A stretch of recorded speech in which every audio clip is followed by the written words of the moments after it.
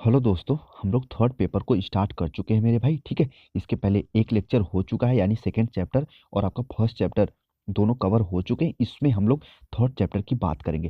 देखो, third chapter बहुत ही बड़ा और बहुत ही इंपॉर्टेंट चैप्टर है। ठीक है, इसका देखो 3-4 पार्ट आने वाला है और ये फर्स्ट पार्ट इसे आप लोग समझ सकते हो। ठीक है, इसमें हम लोग समझेंगे आपकी जो थर्ड चैप्टर है, इसमें हम लोग समझेंगे अधिगम सिद्धांत। इस चैप्टर का आपका नाम ही है अधिगम सिद्धांत।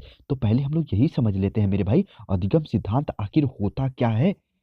तब ना जाके हम लोग समझेंगे थॉर्नडाइक साहब को, पावलोव साहब को, स्किनर और कोहलर साहब को। पहले हम लोग ये समझ ले कि आखिर जो है कि अधिगम सिद्धांत क्या होता है। ठीक है, तो चलो, आपका जो ये कि पेपर थर्ड का जो कि थर्ड पेपर है ये आप समझते रहो। ठीक है, चलो, बहुत ही इंपॉर्टेंट चैप्टर है। अगर आप लोग इसे कवर कर लिए ना तो समझो आप अपने थर्ड पेपर का मेरे भाई 50 से 60% सिलेबस को यहीं से कवर कर लोगे, पेपर थर्ड से। तो बहुत ही इंपॉर्टेंट है, इसलिए आप पूरा लेक्चर बहुत ध्यान से देखना और इसके बाद इसके जो भी पार्ट आएंगे उनके नोट्स बनाना। नोट्स इसलिए मैं बनाने के लिए पर्सनली कह रहा हूँ आपसे, क्योंकि इसमें अधिगम सिद्धांत में हम लोग 5 से 7 मनोवैज्ञानिक को कवर करने वाले हैं। जैसे सबसे पहले तो हम लोग कवर करेंगे अपने थॉर्नडाइक साहब को, उसके बाद हम लोग कवर करेंगे मेरे भाई अपने जो है कि स्किनर साहब को। ठीक है, उसके बाद अपने पावलोव साहब को। ठीक है, उसके बाद किसको कवर करेंगे मेरे भाई, तो वो हो जाएंगे कोहलर साहब को। उसके बाद कोहलर साहब के बाद हम लोग कवर करेंगे मेरे भाई बैंडूरा साहब को। बैंडूरा साहब के बाद हम लोग कवर करेंगे मेरे भाई रोजर साहब को। ये इतने इंपॉर्टेंट है ना। देखो, आपके बीएड फर्स्ट सेमेस्टर के लिए ये इंपॉर्टेंट तो है ही है, उसके साथ साथ मेरे भाई जैसे ही आप सीटेट और फिर किसी स्टेट टेट की तैयारी करोगे मेरे भाई ना, उसके लिए ये लोग 100% इंपॉर्टेंट है। ठीक है, तो इसका नोट्स बनाना, और हाँ, मैं इसको अपने लैंग्वेज में बिल्कुल एकदम सिंपल भाषा में समझाने का प्रयास करूंगा ताकि आप कभी भूल ना पाओ। ठीक है, चाहे वो कोहलर साहब हो, चाहे स्किनर, चाहे थंडाई, कोई भी मनोवैज्ञानिक हो, सबको बिल्कुल अच्छे से समझाऊंगा। ठीक है, चलो, इसमें सिर्फ और सिर्फ हम लोग अधिगम के सिद्धांत को समझेंगे और उसके बाद कल मॉर्निंग में जो लेक्चर आएगा उसमें हम लोग थॉर्नडाइक साहब को कवर करेंगे। ठीक है, उसके बाद सीक्वेंस में और मनोवैज्ञानिकों को कवर करते चलेंगे। ठीक है, चलो, सबसे पहले हम लोग ये समझते हैं अधिगम सिद्धांत। तो मेरे भाई सिंपल से भाषा में ये समझ लो अधिगम सिद्धांत क्या होता है मेरे लैंग्वेज में। अधिगम सिद्धांत वो होता है ना जिसके अंतर्गत बच्चा अधिगम कैसे कर रहा है, बच्चा कैसे सीख रहा है, उन विधियों को हम जानेंगे। वही है मेरे भाई अधिगम सिद्धांत। ठीक है, ये तो हुआ आपको समझने के लिए, लेकिन थोड़ा सा इसे अब देखो, अपने जो है कि जो मनोवैज्ञानिक जो बोले थे उसके हिसाब समझो। देखो, सीखने के सिद्धांत से तात्पर्य क्या है, इस प्रश्न का उत्तर देते हुए मनोवैज्ञानिकों ने कहा कि सीखने के सिद्धांत से तात्पर्य एक ऐसी सैद्धांतिक व्याख्या से होता है जिसके द्वारा सीखने की वैज्ञानिक व्याख्या होती है और उस व्याख्या को निम्न 3 प्रश्नों से का पर्याप्त उत्तर मिल जाता है। और जो उस व्याख्या में निम्न 3 प्रश्नों का पर्याप्त उत्तर मिल जाता है, कौन कौन से भैया, सबसे पहले व्यक्ति क्या सीखता है, यानी जो अधिगम सिद्धांत जब आप पढ़ोगे ना तो समझो बच्चे, तो उसके बाद 3 प्रश्न आपको मिलते हैं जब अधिगम सिद्धांत को आप कवर करोगे। देखो, कहने का सिंपल सिंपल फंडा है कि अधिगम सिद्धांत से क्या पता चलेगा। अधिगम सिद्धांत से ये पता चलेगा व्यक्ति क्या क्यों सीखता है, व्यक्ति कैसे सीखता है और व्यक्ति क्या सीखता है।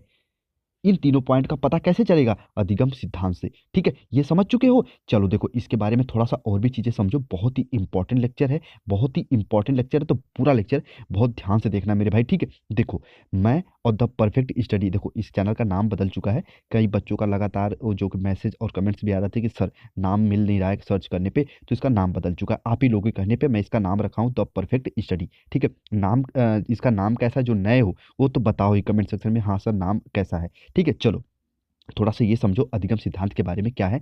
किसी संप्रत्यय को स्पष्ट करने के लिए प्रस्तुत व्याख्यान कथन जो मूर्त प्रयोगों के निष्कर्षों पर आधारित हो। अब कहोगे सर जी ये मूर्त शब्द बहुत कंफ्यूज करता है, इसको समझा दो। ठीक है मेरे भाई, समझ लो पहले मूर्त को। देखो, एक होता है मूर्त और एक होता है अमूर्त। तो देखो, सबसे पहले हम लोग अमूर्त को समझते हैं।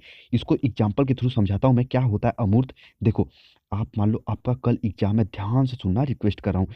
आपका कल एग्जाम है, ठीक है, और आप आज कल आपका एग्जाम है और आज आप आपके दिमाग में ना कुछ जो कि खिचड़ी पक रही है। क्या खिचड़ी पक रही है, कल जैसे एग्जाम में जाऊंगा, एडमिट कार्ड लेके जाऊंगा, उसके बाद क्या होगा कि एग्जाम हॉल पे जाऊंगा, उसके बाद मुझे कॉपी मिलेगी और मैं कॉपी को चीर दूंगा, फाड़ दूंगा, ऐसा लिख दूंगा कि मुझे भैया अच्छा खासा नंबर मिल जाएगा। ठीक है, ये आपके दिमाग में ऐसे ही चल रहा है बुद्धि। लेकिन जैसे ही आप एग्जाम हॉल में बैठे और आप क्वेश्चन देखे और भैया आपकी बत्ती गुल, क्योंकि क्वेश्चन में नहीं समझ में आ रहा है, लेकिन ऐसा आपके साथ नहीं होगा क्योंकि आप द परफेक्ट स्टडी के साथ जुड़े हो ना, तो क्या है कि आपको सब क्वेश्चन समझ में आएगा। लेकिन मैं भी समझा रहा हूँ। तो अमूर्त वो हुआ ना मेरे भाई जो आपके दिमाग में चल रहा है, जिसका भैया बेस कोई नहीं है वास्तव में, वो है अमूर्त। और मूर्त क्या है? जो आप क्वेश्चन पेपर को देख रहे हो ना, वो है अमूर्त। वो है मूर्त, सॉरी, वो है मूर्त। आप देखो मेरे फोन पे लेक्चर देख रहे हो ना, तो मैं जहां से बोल रहा हूँ वो क्या है? वो अमूर्त है। और आपके हाथ में जो फोन है, जो आप फोन पकड़े हो, वो क्या है? वो है मूर्त। इस प्रकार से आप लोग समझ सकते हो। तो देखो जो अधिगम सिद्धांत होते हैं ना मेरे भाई, वो मूर्त प्रयोगों के निष्कर्षों पर आधारित होते हैं। ठीक है, इनको जो है सिद्धांत अधिगम सिद्धांत की संज्ञा दी जाती है। ठीक है, देखो अधिगम के घटित होने की स्थितियों का मनोवैज्ञानिकों ने वैज्ञानिक पद्धति से निरीक्षण, विश्लेषण तथा संश्लेषण के आधार पर और प्रयोगों द्वारा अध्ययन कर एक संगठित विचार प्रस्तुत किए।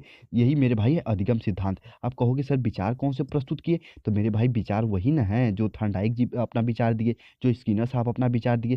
कहोगे सर जी बड़ा नाम ले रहे हो थॉर्नडाइक और स्किनर का, ये है कौन? तो मेरे भाई जो कल मॉर्निंग में लेक्चर आएगा ना, तो 100% मुस्कुराओगे जैसे ही लेक्चर को आप समझ लोगे, कंप्लीट करोगे। क्योंकि ऐसे मैं उनको समझाऊंगा ना, कभी नहीं भूलोगे थॉर्नडाइक साहब को, कभी नहीं भूलोगे स्किनर साहब को। ठीक है, तो परेशान मत हो। ठीक है, चलो देखो कम ही मनोवैज्ञानिक होते हैं, लेकिन जो मनोवैज्ञानिक भारतीय होते हैं वो भैया ठोस होते हैं। तो प्रोफेसर एस एस चौहान साहब क्या कहते हैं अधिगम सिद्धांत के बारे में, कि अधिगम के सिद्धांत अधिगम की प्रक्रिया में सम्मिलित व्यवहार के यांत्रिकों की व्याख्या करने का प्रयास करते हैं।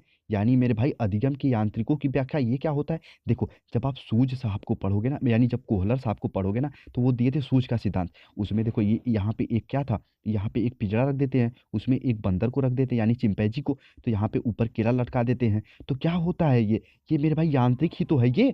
तो इनके व्यवहारों का जो हम व्याख्या करते हैं, यही है अधिगम सिद्धांत। ये कहते हैं हमारे एस एस चौहान साहब।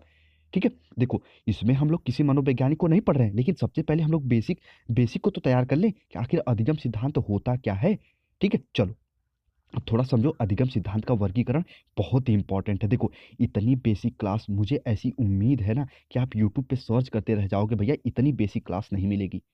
ठीक है, देखो हर टीचर अपना बेस्ट ही देने का प्रयास करता है कुछ को छोड़ के, लेकिन क्या होता है मेरे भाई, आप ऐसे लेक्चर को नहीं पाओगे, ये मुझे उम्मीद है। तो इस लेक्चर को बहुत ही ध्यान से देखो, मैं रिक्वेस्ट इसलिए कर रहा हूँ ना, इसमें मेरा कोई फायदा नहीं है। देखो आपको पता है यार कि देखो ये चैनल अभी स्टैंड कर रहा है। ठीक है, तो आपका जो प्यार है, आपका सपोर्ट है, यही इसके लिए भाई अर्निंग है और यही इसकी कमाई है। तो प्लीज आप लोग अपना सपोर्ट करो, अपना प्यार करो और इससे कुछ सीख के जाओ। ये मेरा आपसे वादा है। और एक बात और, मैं जो क्वेश्चन शेयर करता हूँ, जो कि क्वेश्चन टेलीग्राम पे भी शेयर करता हूँ, नाम अनाउंस करता हूँ, उसके पीछे सिर्फ और सिर्फ एक पर्पज है कि जब आपका रिजल्ट आए ना मेरे भाई, तो एक या दो बच्चे ही सिर्फ मुझे पर्सनली मैसेज कर देंगे कि हाँ सर मैं पास हो गया ना, समझो ये हिमांशु का ना, यानी मेरा जो मेरे भाई पर्सनली दिल खुश हो जाएगा। तो इसीलिए मैं क्वेश्चन पेपर शेयर करता हूँ ताकि किसी बच्चे का रिजल्ट ना रुके, किसी का बैक ना लगे। ठीक है, चलो समझते हैं अधिगम के सिद्धांतों का वर्गीकरण, यानी क्लासिफिकेशन ऑफ थ्योरीज ऑफ जो है मेरे भाई लर्निंग। देखो अधिगम के सिद्धांतों को दो प्रमुख भागों में बांटा जाता है, एक होता है व्यवहारवादी और एक होता है संज्ञानात्मक सिद्धांत। कहोगे अरे सर जी फिर प्याजे को पढ़ाओगे क्या? नहीं नहीं, प्याजे को नहीं पढ़ाएंगे, इसमें हम लोग पढ़ाएंगे भैया कोहलर साहब को। क्योंकि कोहलर क्या कहते हैं ना, कोहलर कहते हैं बच्चा जो कुछ भी सीखता है अपने सूझ से सीखता है, अपने विवेक अपने बुद्धि से सीखता है। लेकिन जो व्यवहारवादी हैं वो कहते हैं नहीं नहीं, ऐसा कुछ नहीं है, कोई सूझ से नहीं सीखता, सब लोग प्रयत्न और भूल से सीखते हैं, गलती करते हैं और उससे सीखते हैं। तो इन दोनों में बेसिक सा डिफरेंट है, बाकी आप इसे समझो, आपका और भी कॉन्सेप्ट क्लियर होगा। देखो सबसे पहले अधिगम के व्यवहारवादी सिद्धांतों को अधिगम के संबंधवादी सिद्धांत भी कहते हैं। यानी जो आपका ये व्यवहारवादी सिद्धांत है ना, इसको संबंधवादी सिद्धांत भी कहते हैं। क्यों कहते हैं? क्योंकि देखो मेरे भाई इसमें जब आप फर्स्ट थॉर्नडाइक साहब को पढ़ोगे ना, तो थॉर्नडाइक साहब को जो कि भाई संबंधवाद का जनक कहा जाता है, क्योंकि सबसे पहले वही बताते हैं कि स्टिमुलस एंड रिस्पॉन्स की जो सिद्धांत दिए थे वही यसार का सिद्धांत। आप कहोगे सर यसार क्या है? तो यसार का फुल फॉर्म होता है मेरे भाई स्टिमुलस, और जो आर का फुल फॉर्म होता है मेरे भाई रिस्पॉन्स, यानी उद्दीपक और अनुक्रिया। ठीक है, तो मैं अभी आगे जब थंडाइक को पढ़ाऊंगा समझाऊंगा। देखो अधिगम के व्यवहारवादी सिद्धांतों को अधिगम के संबंधवादी सिद्धांत भी कहते हैं, इसको दिमाग में बना के रखना। ठीक है, चलो इस वर्ग के सिद्धांत मुख्यतः सीखने की प्रक्रिया को उद्दीपक व अनुक्रिया के बीच संबंध या बंधन बनाने को स्पष्ट करते हैं। अब कहोगे सर जी थोड़ा सा उद्दीपक और अनुक्रिया को समझाते चलो। देखो मेरे भाई जब मैं थंडाई को पढ़ाऊंगा ना, तब उद्दीपक और अनुक्रिया को मैं समझाऊंगा, लेकिन चलो मैं इसको समझा ही देता हूँ, यही आपका कॉन्सेप्ट क्लियर हो जाए। उद्दीपक और अनुक्रिया होता क्या है, ध्यान से सुनना, रिक्वेस्ट कर रहा हूँ। देखो उद्दीपक को समझो क्या होता है और अनुक्रिया को देखो। मान लो यहाँ पे आप हो, ध्यान से सुनना, यहाँ पे आप हो और यहाँ पे आपकी प्यारी मम्मी है, ठीक है। अब मम्मी आपको आपको 2 घंटे से लगातार कह रही है कि थोड़ा उठ जा और जो कि एक गिलास पानी दे दे। आप सुन ही नहीं रहे हो, आप फ़ोन में बिजी हो, आप द स्टडी की क्लास लेने में बिजी हो, द परफेक्ट स्टडी की क्लास लेने में बिजी हो। लेकिन मेरे भाई क्या हुआ कि जैसे ही आपकी मम्मी बोली कि एक गिलास पानी ला दे, मैं तुझे बर्फी दूंगी, मैं तुझे मिठाई दूंगी। अब देखो आप तुरंत फोन ऑन रखे साइड में और मम्मी को गिलास का एक लोटा में पानी ला के दे दिए, एक जग में पानी ला के दे दिए। मम्मी खुश। और आप पूछे मिठाई कहाँ है, मम्मी बोली अबे मिठाई कहाँ है, मैं वैसे ही मजाक कर रही थी। ये तो अलग बात है। लेकिन अब कहोगे सर ये बताओ उद्दीपक क्या होता है, ये इतना कहानी बता दिए। तो उद्दीपक पता है क्या है, उद्दीपक वो मिठैया है मेरे भाई।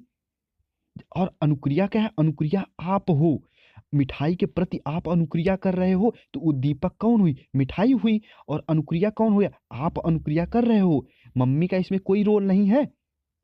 इसी प्रकार से मेरे भाई, जब थंडाइक साहब वो जो कि बिल्ली के सामने मछली लाते हैं ना, मछली उद्दीपक का कार्य करती है और जो बिल्ली भैया है वो अनुक्रिया का कार्य करती है। इस प्रकार से उम्मीद करता हूँ आप लोग समझ चुके हो। तो देखो जो व्यवहारवादी होते हैं ना, वो संबंध स्थापित करते हैं, साफ साफ सुन लो। और जो संज्ञानात्मक सिद्धांत जो दे रहे थे, जैसे कोहलर साहब, बेंडूरा साहब, और उसके बाद जो आपके रोजर साहब, ये है संबंधवादी। और ये क्या कहते हैं, नहीं नहीं भैया, कोई प्रयत्न भूल से कोई नहीं सीखता, कोई अनुक्रिया और की उद्दीपक अनुक्रिया से कोई नहीं सीखता, सब लोग सीखते हैं अपने सूझ से, अपने दिमाग से, अपने विवेक से। ये कहते हैं, ठीक है।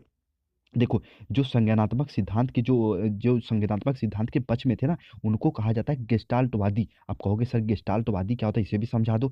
मेरे भाई जो मैं समझा रहा हूँ ना, ये जब आगे आप टेट वेट की तैयारी करोगे ना, तो ये शब्द जब आएंगे ना, तो आप पक्का मुस्कुराओगे, कहोगे हाँ, जो तब परफेक्ट स्टडी वाले सर बताए थे ना, वो ठीक ठाक बताए थे। देखो गेस्टाल्ट एक जर्मन शब्द है, इसका हूबहू अंग्रेजी में आज तक रूपांतर मिला ही नहीं है गेस्टाल्ट का। लेकिन इसलिए जो अंग्रेजी में मनोवैज्ञानिक साहित्य में भैया गेस्टाल्ट शब्द का ही प्रयोग कर लिया जाता है, ठीक है। गेस्टाल्ट शब्द का ही प्रयोग कर लिया जाता है आपके जो है मेरे भाई किसमें, तो मनोवैज्ञानिक साहित्य में, ठीक है।